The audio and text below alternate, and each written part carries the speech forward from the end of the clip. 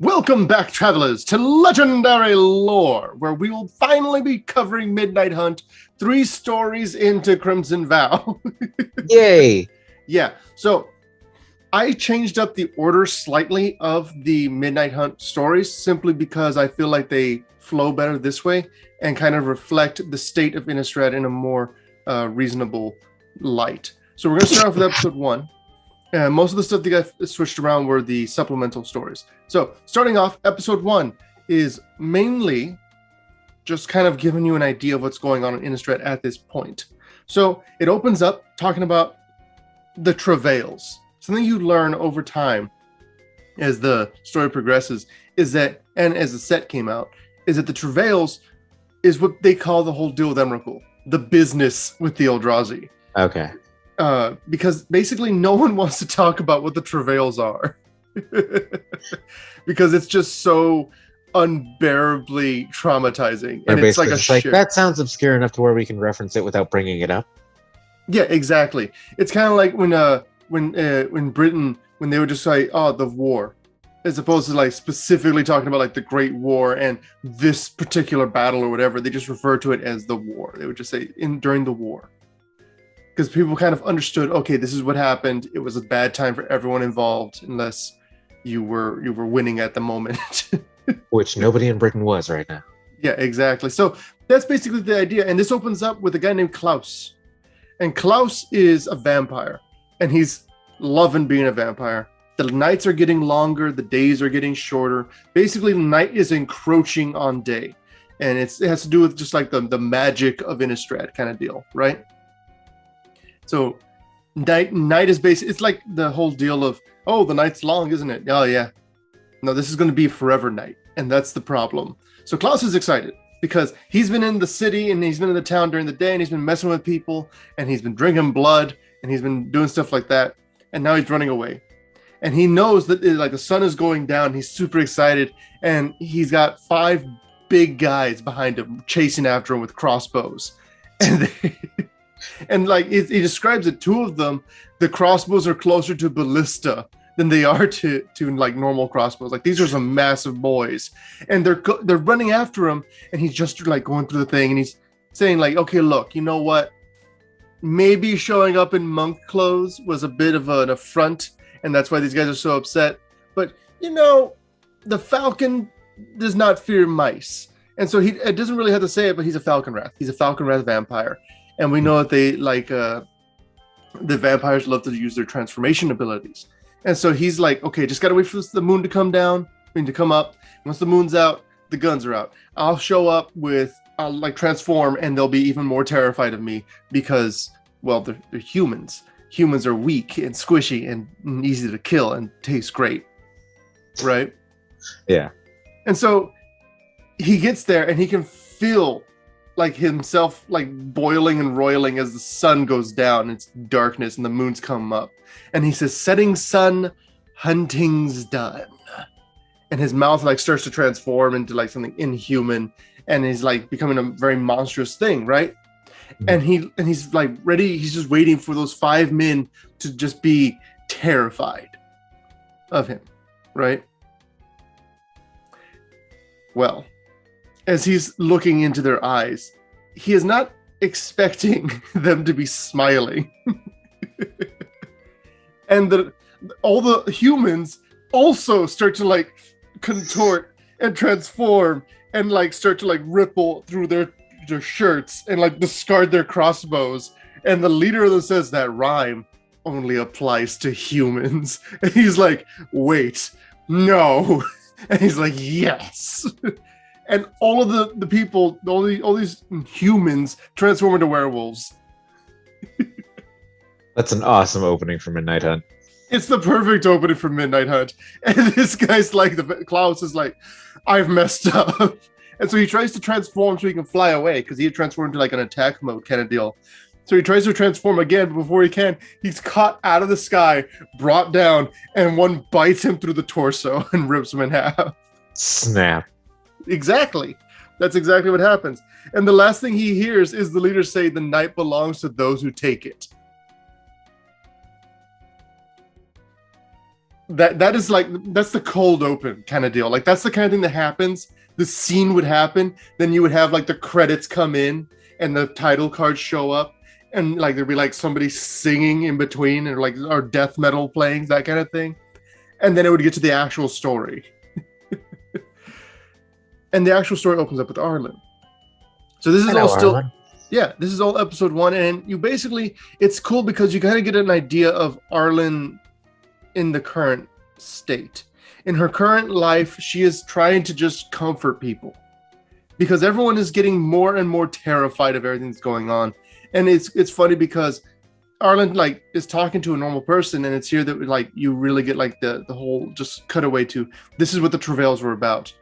And this woman named Agatha, it was she was just kind of she's lost basically her entire family, and Arlinn's kind of just trying to encourage and comfort her, and so they just kind of just talk, and Arlinn tries to keep her mind off of things. And it's funny because they like Arlinn's trying to do this, right? She's trying to talk to her, and all she says is, "It's getting darker, isn't it?" And Arlinn, like, obviously she knows this is bad news. Obviously, because Arlinn's a werewolf, she can survive the night. She will thrive in the night.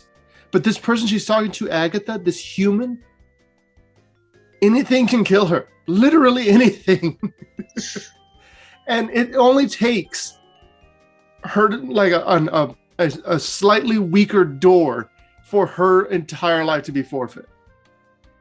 And Arlinn knows that.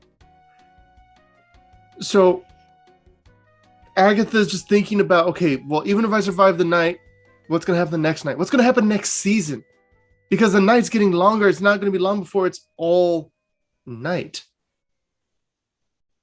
So Agatha's talking about how the Watch, the bunch, like 5 guys, found a vampire and killed him. And they asked her if she wanted to see the heart of the vampire they killed. And she was like, no, I'm good. And Arlinn says, yeah, I saw them. They were working on a scarecrow, but it looked like it was a vampire kind of thing. And she's like, oh yeah, Agatha explains that was the witch. The witch is the one that told her to do that. And that the witch has been like kind of giving them hope. It's also a nice little note here. It's completely irrelevant, but Arlinn has made a cup of tea and she gives it to Agatha, and Agatha's like, how do you make such good tea? She goes, oh, it's an old family recipe. When in reality, Arlinn just used the fact that she has a werewolf nose to sniff out the best herbs and spices in the forest and put them all together. That's awesome. Yeah, it's pretty great. That's what she's doing as a werewolf. She's like, okay, gotta find good tea. Yeah, exactly. But what's cool is this like a little bit of superstition deal. Because obviously this is Innistrad. Spirits are like a very real thing on Innistrad. And so when she says, Agatha asked her, like, how did you do this? Like, how'd you make that tea? And she goes, it's an old family recipe. If I shared it, they'd haunt me. And then Agatha laughs and says, we can't have that. So, like, it's just a really nice little bit of the world that they live in, that this is just a normal thing for them to say. Like, I like to imagine that is a colloquialism among them, that if I shared something, my ancestors would haunt me. Like, it's not a serious deal, because obviously they have the blessed sleep and they know all about that stuff. And Sigurd is still working on like keeping people from being raised. But that little bit there, I love that. And so they just kind of talk a bit, and they learn a little bit about the witch. Then we cut ahead a bit to Arlinn once again. But this time, instead of her being her nice little, not old lady, but being with the old lady human kind of design, she's a wolf. She's a full-fledged werewolf. And she is hungry like the wolf. And she is chasing after a white stag. Well, not chasing it. She sees the white stag. She likes the white stag. And she's like, there's something magical about this thing. So I'm just going to kind of leave it alone. She's working with her pack. Arlinn has her own pack. And here we have this little bit right here where it talks about them. Let's see. We got Red Tooth. You got Red Tooth is one of her wolves, while Streak is another one, followed by Patience, and then Boulder. And so these 4 wolves are basically her friends, right? And each of them have their own like things to them that they are known for. Like the Streak is very fast, and Red Tooth is his mate. Patience is a very like quiet, patient wolf, and then Boulder is just this massive one, right? I hope we get Arlinn's pack as a creature. Well, that's the thing. You get Arlinn's pack as part of her card. You may remember that she has on her human side, she has a -3 that allows you to put in 2 wolf tokens. Oh. If you do it twice, you got a full pack. Okay. Yeah.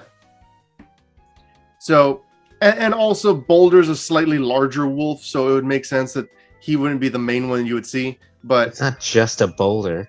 it's a rock. So these wolves, they start chasing after a white stag, and Arlinn is like growls at the wolves to like, hey, stop. We've chased after this thing. We've gone to this clearing. Like, somebody's trying to trick us into going here. And so she starts like breathing in, because obviously werewolf super senses. And so she can smell the scent of magic, but she can't smell the stag that they've just been chasing after. And so she knows that there's something weird going on. She kind of lets the wolves go like calm down, like fall back a bit. And she addresses the stag. And she transforms into a human, and she goes into this clearing, and she says, Catilda, I hope you'll give me a moment to make myself decent. Now, you may remember that earlier we talked about how she, as a werewolf, she still has clothes on because of that like strip of cloth across her werewolf body. Uh-huh. Well, apparently, that's not the deal. She uses magic to just reconjure her clothes when she transforms back. So they errated her clothes away. Not so much they errated her clothes away. It's just that little bit is not her clothes. That little bit is what's left of her clothes on the artwork. Okay. And that when she becomes a werewolf, she does not have clothing as a defining characteristic.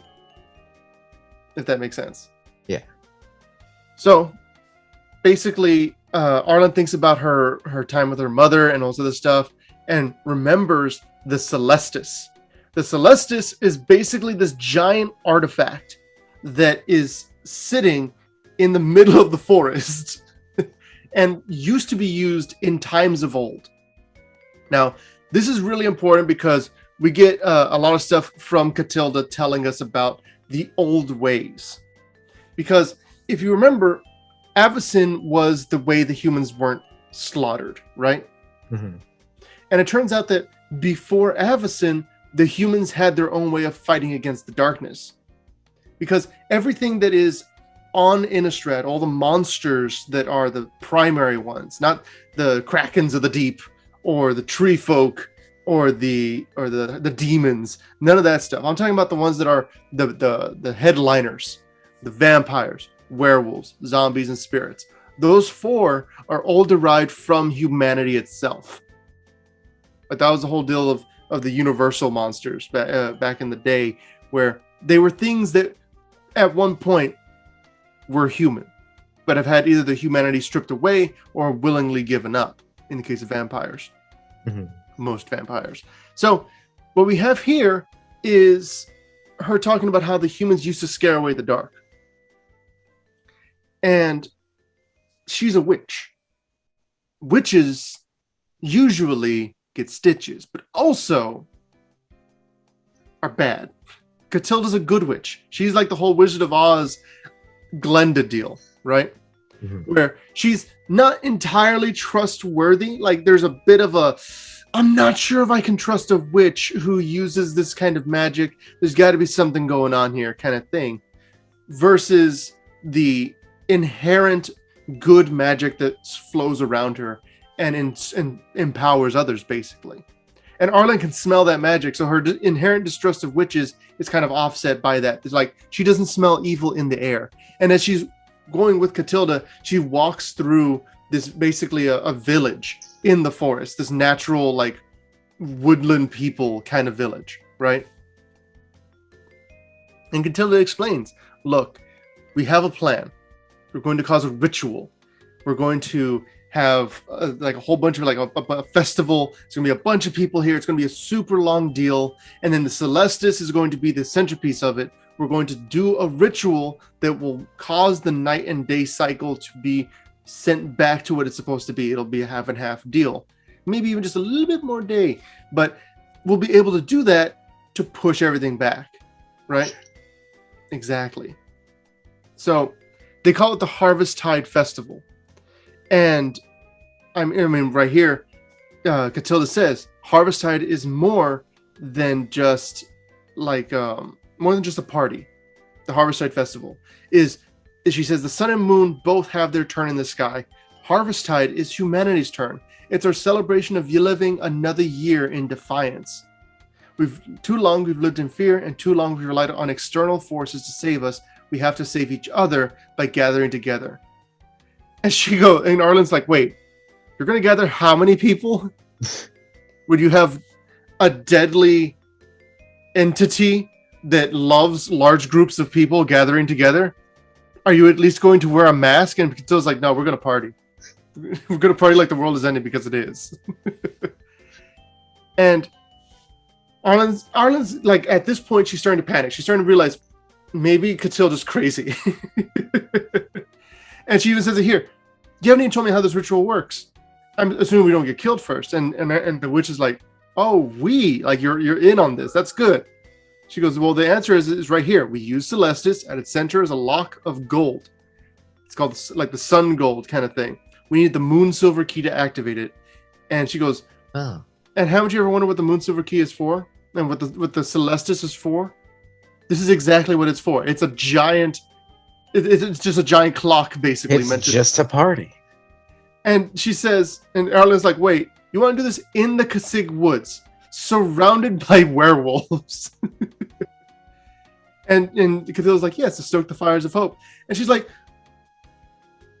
if you don't do it, everyone dies. And Catilda says, there's no other way. If the Celestis is not activated and isn't activated properly, the night will overtake day. Geists, ghouls, vampires, werewolves, all of them are going to kill us. And then there's a howl in the distance. And it's like, it doesn't undercut, it underlines her point of, we need this. This is the last chance we have. And Arlinn recognizes the howl because it's like a summoning howl. And it's like, she can feel it inside of her. It stirs her. It's Tovalar's howl, the call of the wild. And that's how the story ends, is with just Arlinn hearing Tovalar and recognizing it and feeling him, like his call inside of her, that wildness. That's awesome. Yes. It's so cool. I would like to just point out that in the older stories, Sigarda does mention that if, with the way Avacyn's magic had been corrupted, that they would have to rely on old magics. And I love the fact that that's like a tiny thing. I don't remember where I heard it, but I do remember reading it before Midnight Hunt came out, where Sigarda had considered having to use old magics. It might have been in one of the style books. And it was just like a one-off line. And now we're seeing that is what is having to happen. The humans are having to rely on these ancient rituals. Joe, take it away. It's just like, we don't have an angel for protection. We don't. Where would we ever find an angel? She's like flapping her wings, where are those angels? If you guys want to find an angel, go ahead and subscribe for more legendary lore. Not that we're angels, but we're probably going to talk about them. And leave a like if you like the video. And stay tuned. We're going to talk about the Eternal Night.